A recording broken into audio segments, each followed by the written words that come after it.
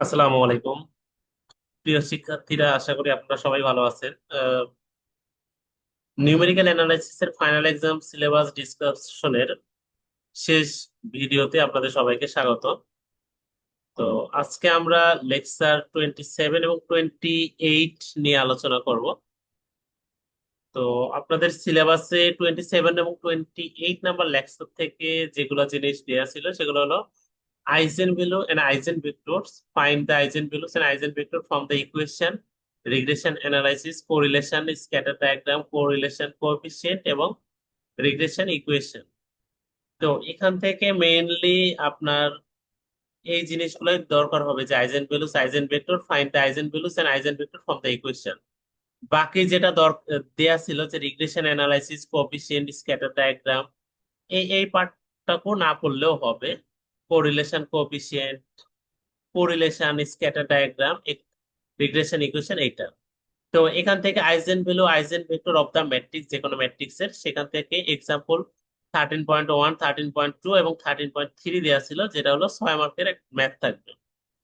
আর একটা theory part ছিল যে characteristics equation of the matrix A, where A equal to A of I J be A square matrix of the dimension n by n and explain the eigenvalues of the matrix A 2। তো এটা হলো 2 marks এর একটা theoretical মূলক question. তো আমরা স্লাইডে যাই।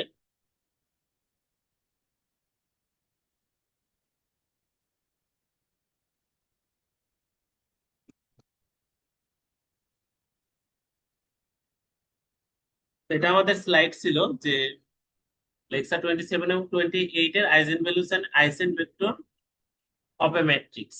তো শুরুতে থিওরিটিক্যাল মূলক যেটা ছিল যে characteristics equation of n by n dimensional matrix এর জন্য। তো let a equal to a অফ I say be a square matrix of dimension n by n, then the equation can be written as determinant of a minus lambda I equal to a11 minus lambda a12 a1n, a of 1 to a of 2 2 minus lambda a of 2n, a of n1 n2 a of nn minus lambda। তো এখানে দেখেন যে diagonal যে element গুলো আছে সবগুলোর সাথে lambda minus হয়েছে। তো determinant of A of lambda এটাই হলো ল্যামডা, এইভাবে মাইনাস হয়েছে। তো এই ইকুয়েশনটাকে আমরা এইভাবে লিখতে পারি সেই থিওরিটিক্যালের জন্য। Where lambda is a parameter called the characteristics equation of A. তার মানে এই ল্যামডা যে প্যারামিটারটা, এটাকেই বলা হয় ক্যারেক্টারিস্টিক্স ইকুয়েশন অফ এর, if it is of degree n. The root of this characteristics equation are called the characteristic root or eigenvalues of the matrix A. And A square matrix of n order n has always n eigenvalues. তো এটুকুই হলো ওই থিওরিটিক্যালের যে ইয়েটা, সেটার জন্য। তো সেখান থেকে আমরা হোমোজেনিয়াস ইকুয়েশনটাকে আমরা এইভাবে লিখতে পারি যে a11 x1 a12 x2 a1n xn এবং x1 x2 xn এর সাথে ল্যামডা মাল্টিপ্লাই হয়ে আছে। তো where where lambda is called the undetermined parameter, যখন n values of lambda for which non zero root of the homogeneous equation exist are called the eigen values or characteristics equation of the parameter lambda. এবং non zero কলামটাকে আমরা a minus lambda into x equal to 0 এইভাবে লিখতে পারি, is called the eigenvector of the matrix। তো একটা হলো eigen vector, আরেকটা হলো আইজেন ভ্যালুস। তো এটা হলো থিওরিটিক্যাল এ পর্যন্ত। আচ্ছা, ম্যাথ প্রবলেম তিনটা দেওয়া ছিল, 13.1, 13.2 এবং 13.3। তো 13.1 এর যে প্রবলেমটা দেওয়া ছিল, find the characteristics value or eigen values of the matrix A. এখানে 2 by 2 টাইপের একটা ম্যাট্রিক্স দেওয়া আছে। তো ক্যারেক্টারিস্টিক্স ইকুয়েশন অফ এ, এই এটার ক্যারেক্টারিস্টিক্স ইকুয়েশন যখন আমরা বের করব, is a minus lambda I equal to 0। তো এ মাইনাস ল্যামডা আই মানে আমাদের যে ইকুয়েশনটা দেয়া আছে সেটার সাথে ডায়াগোনাল এলিমেন্টের সাথে ল্যামডা মাইনাস হবে। তার মানে ডায়াগোনাল এলিমেন্ট এখানে 3 আছে, প্রথমে 3 এর সাথে ল্যামডা মাইনাস হয়েছে। এরপরে 2, 2 যেভাবে আছে সেভাবেই থাকবে, এখানে ভুলে এক্স লেখছে, এখানে 2 হবে। এরপর এদিকে -1, আরেকটা ডায়াগোনাল এলিমেন্টটা ছিল কি 0, তো 0 মাইনাস ল্যামডা করলে মাইনাস ল্যামডা হয়। এরপরে এটা আর গুণন করে দিই যে minus lambda into 3 minus lambda, আর -1 এর সাথে 2 গুণ করলে 2 হয়, এখানে এক্স হবে না, এখানে 2 হবে। তো গুণ করলে lambda square minus 3 plus 2 equal to 0, lambda -1 আর ল্যামডা -2 ইকুয়াল টু 0। তো এখান থেকে ল্যামডার মান 1 আর ল্যামডা আর একটা মান 2 পাই। এটাই হলো characteristics root of the value. এই ম্যাথটা এই পর্যন্তই। আচ্ছা, 13.2 find the characteristics value and corresponding characteristics vector of the matrix. তার মানে আগের যেটা ছিল সেটা ছিল শুধুমাত্র ক্যারেক্টারিস্টিক্স ভ্যালু। তো ক্যারেক্টারিস্টিক্স ভ্যালু থাকলে ওই ল্যামডার ভ্যালু গুলা বের করলেই আমাদের হয়ে যাবে। বাট যখন ক্যারেক্টারিস্টিক্স ভ্যালুর পাশাপাশি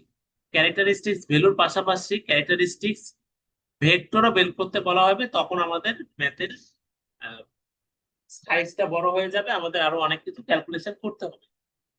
তো শুরুতে আমাদের ক্যারেক্টারিস্টিক্স ভ্যালু আমাদের এখান থেকে বের করতে হবে। তো ক্যারেক্টারিস্টিক্স ইকুয়েশন অফ এ আমরা লিখতে পারি A minus lambda equal to zero. সব ক্ষেত্রে আমাদের ক্যারেক্টারিস্টিক্স ইকুয়েশনটা শুরুতে এরকমই হবে যে A minus lambda I equal two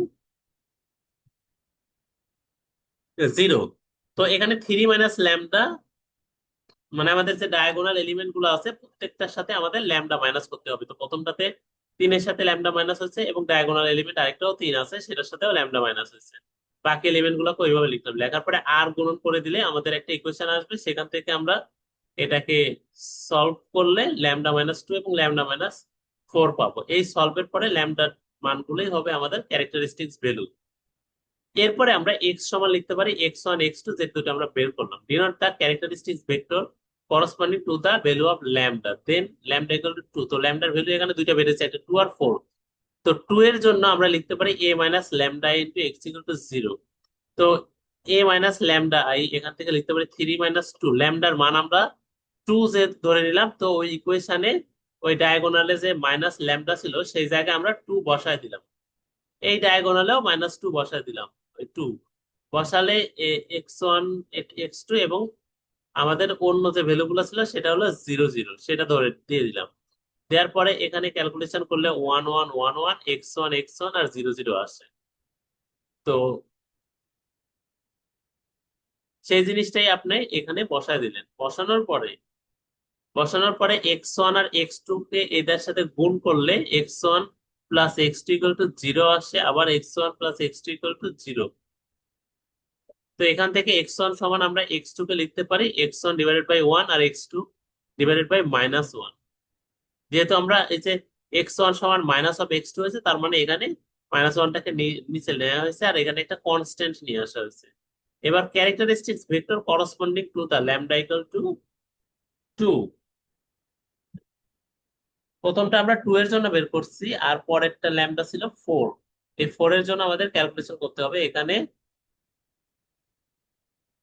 তো যখন আমাদের ল্যামডা ইকুয়াল টু হবে তখন আমরা এক্স ওয়ান সমান কে আর মাইনাস কে লিখতে পারি। যখন টু এর ক্ষেত্রে এটা লেখা যায়।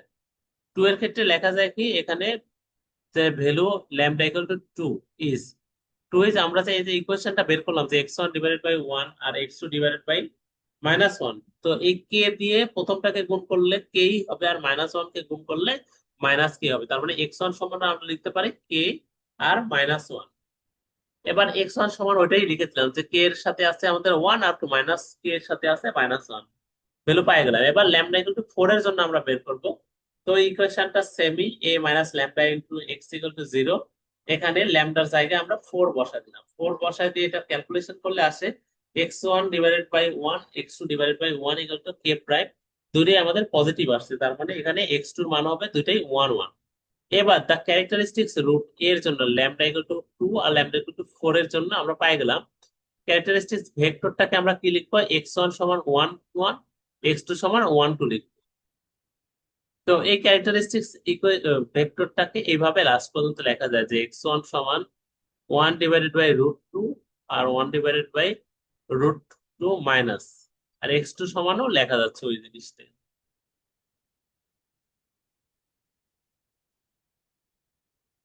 তো এই যে এই পর্যন্ত আমাদের না আসলেও হবে, আমাদের এক্স ওয়ান সমান ওয়ান মাইনাস ওয়ান আর এক্স টু সমান ওয়ান ওয়ান এই পর্যন্ত ক্যালকুলেশন করে দিলেই হবে। তৃতীয় নম্বর আরেকটা প্রবলেম ছিল যে obtain the eigen value and eigen vector of the symmetric matrix, যে ইকুয়াল টু সামথিং দেয়া আছে এই সিমেট্রিক ম্যাট্রিক্স এর আইজেন ভ্যালু আর আইজেন ভেক্টর বের করতে হবে। তো ক্যারেক্টারিস্টিক্স ইকুয়েশনটা কি হবে A minus lambda I equal to zero. তো এখানে আমাদের ওই জিনিসগুলাই লিখে নিতে হবে যে ওই যে ডায়াগোনাল এলিমেন্টের সাথে ল্যামডা মাইনাস হবে, তো zero minus lambda, minus lambda, পরে এই জিরোর সাথে zero minus lambda minus lambda, আবার এই জিরোর সাথে মাইনাস ল্যামডা মাইনাস হলে মাইনাস ল্যামডা হবে, এগুলো জিরো। তো এই এই যে প্রবলেমটা ম্যাট্রিক্সটা 3/3, এটাকে সলভ করলে আমরা লিখতে পারি যে lambda plus one square into lambda minus two equal to zero. তো এখানে ল্যামডার মান হবে এই এই এই ইকুয়েশনটা থেকে ল্যামডার মান তিনটা আসে, একটা হলো lambda equal to minus one আর টু। এবার প্রত্যেকটার জন্য বের করতে হবে। ল্যামডার মান যখন টু নিলাম তখন আমরা করসপন্ডিং ইকুয়েশনে বসা একটা ইকুয়েশনের মান পাইছি। তো solving we get x y এবং জেড ইকুয়াল টু কি কনস্ট্যান্ট। কেন কনস্ট্যান্ট হবে? কারণ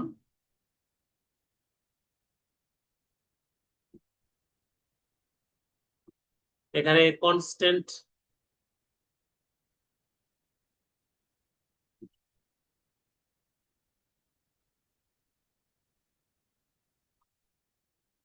আচ্ছা এখানে আমাদের ল্যামডা মাইনাস ওয়ান, এখানেও মাইনাস ওয়ান, এখানে মাইনাস ওয়ান সবগুলো, তো এখান থেকে আমরা পেলাম যে একটা মাইনাস ওয়ান, একটা মাইনাস ওয়ান আর একটা টু। আর টু এর জন্য বের করতে গেলে এখানে আমরা টু বসাই দিলাম, বসানোর পরে সলভ করবো আমরা কিভাবে, এক্স ওয়াই জেড এর সবগুলোর মানই যেহেতু আমাদের সমান হতে পারে, তো এটা সমান আমরা একটা কনস্ট্যান্ট ভেরিয়েবল কে ধরে নিলাম।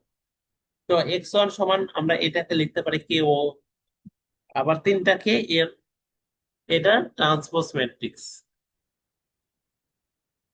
এরপরে কেস টু, যখন ল্যামডার মান দুটোই মাইনাস ওয়ান আছে তখন আমরা বসালাম, বসালে এখানে আমাদের আসে one zero minus one transpose, এটাকে ট্রান্সপোজ করলে এই যে কে প্লাস ওয়ান আর মাইনাস ওয়ান দুটি চলে আসে।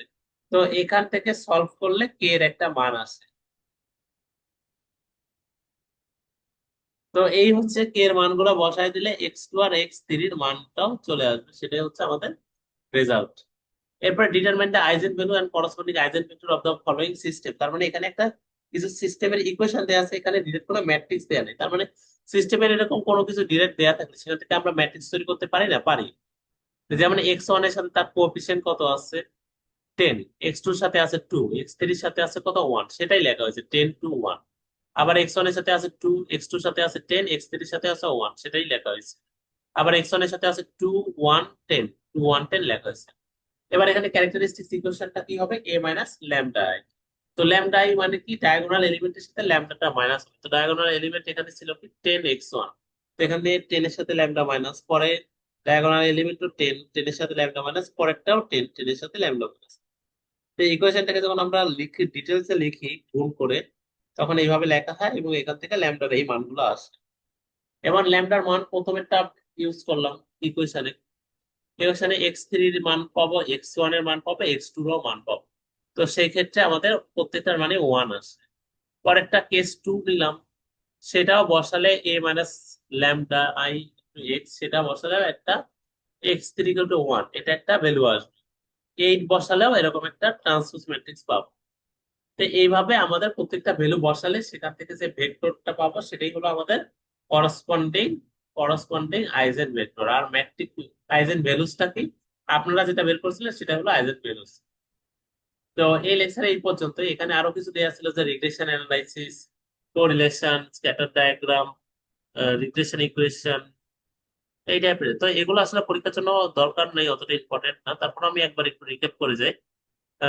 রিগ্রেশন অ্যানালাইসিসটা কি? যে আমাদের বিভিন্ন ধরনের প্রবলেমের ক্ষেত্রে, যেমন স্টুডেন্টের রেজাল্ট প্রিডিকশন করা, যে কারো রেজাল্ট 3.14, 3.20, 3.30, 3.90, 3.99, তো এই যে মানগুলো আছে সেগুলো হলো কোরিলেশন মান, রিগ্রেশনের মান, যে রিগ্রেশন মেথড দিয়ে আমরা এগুলা ডিটারমাইন করতে পারি। তো রিগ্রেশন এগুলোতে আরো কিছু করা যায়, যে best functional relationship between dependent and independent ভেরিয়েবলের মাধ্যমে বের করা যায়। কোরিলেশনটা কি? কোরিলেশন হলো আমাদের যে মেজারমেন্টটা করি এগুলা প্রত্যেকটা ভেরিয়েবলের সাথে, প্রত্যেকটা ভেরিয়েবলের যে রিলেশনটা আছে সেটাই correlation. If two or more quantities varies in other sympathy, so that movement in the other train to be accomplished by the corresponding movement. তো বিভিন্ন ধরনের কোরিলেশন আছে, যেমন পজিটিভ আর negative correlation, simple or partial or multiple correlation, linear or non-linear correlation। এরপর item হলো scatter diagram. Scatter diagram when the pair of something দেয়া আছে সেগুলোকে আমরা স্ক্যাটার আকারে গ্রাফে বসালে এই ডায়াগ্রামকে আমরা স্ক্যাটার ডায়াগ্রামটা বলি। যেখানে দেয়া আছে এক্স এবং ওয়াই অ্যাক্সিস এর জন্য ভ্যালুগুলোকে বসালে সেটাই স্ক্যাটার ডায়াগ্রাম হয়ে যাবে। তো এই ছিল সিলেবাস। আপনার পড়ানোর মধ্যে একটু গ্যাপ ছিল, সে গ্যাপটা হলো আপনাদের ফিজিক্যাল ক্লাস নিলে ভালো হতো। এছাড়াও আপনাদের যে টপিকস গুলো দেয়া আছে এটা নিয়ে ফাইনালের জন্য ভালোভাবে প্রস্তুতি নেন। আপনাদের জন্য শুভকামনা থাকলো। কোনো কিছু না বুঝলে অনলাইনে সার্চ দিতে পারেন অথবা আমাকেও জানাতে পারেন। অনলাইনে অনেক রিসোর্স আছে এই রিলেটেড। জাস্ট সার্চ দিতে যতটুকু সময় আপনি রিসোর্স গুলো পেয়ে যাবেন, ওগুলো রিসোর্স ইউজ করে আপনি তৈরি করেন।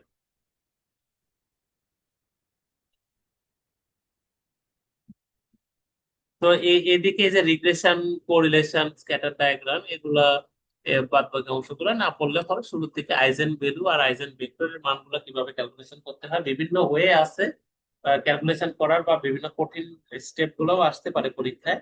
সেক্ষেত্রে এগুলো ভালোভাবে প্রিপারেশন নিয়ে। তো ধন্যবাদ সবাইকে, সবার জন্য শুভকামনা থাকলো ফাইনাল পরীক্ষার জন্য।